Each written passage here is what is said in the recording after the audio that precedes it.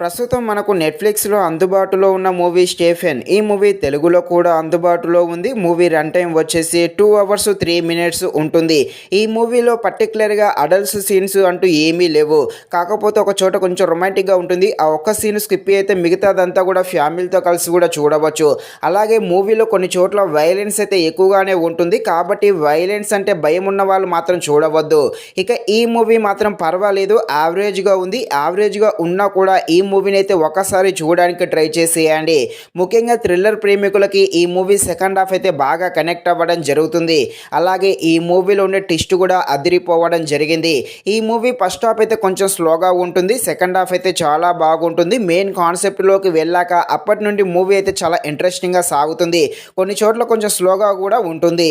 ఇక ఈ మూవీ థ్రిల్లర్గా సాగుతుంది. థ్రిల్లర్గా ఉండే ఈ మూవీ ఎలా ఉందో అనే విషయం తెలుసుకునే ముందు ఇంకా ఎవరైనా మన ఛానల్ని సబ్స్క్రైబ్ అండ్ లైక్ చేయకుండా ఉంటే ఇప్పుడే మన ఛానల్ని సబ్స్క్రైబ్ అండ్ లైక్ చేసి కాస్త నాకు సపోర్ట్ చేసేయండి.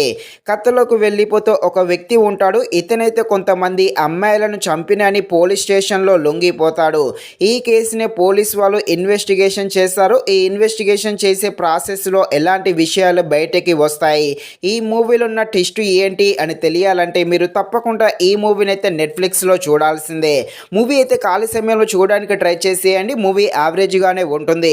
ఇక ఈ మూవీలో ఎప్పుడైతే ఈ అమ్మాయిలను చంపినా అని ఒక వ్యక్తి వస్తాడో ఈ పోలీస్ వాళ్ళు ఇన్వెస్టిగేషన్ చేశారు. ఈ ఇన్వెస్టిగేషన్కి సంబంధించిన కొన్ని సీన్స్ అయితే అదిరిపోవడం జరుగుతుంది. ముఖ్యంగా థ్రిల్లర్ ప్రేమికులకి సెకండ్ హాఫ్ అయితే బాగా కనెక్ట్ అవుతుంది. బ్యాక్గ్రౌండ్ మ్యూజిక్ కూడా బాగానే ఉంది. ఫైనల్గా మూవీ అయితే యావరేజ్గా ఉన్నా కూడా ఒకసారి ఈ మూవీని అయితే చూడడానికి ట్రై చేసేయండి.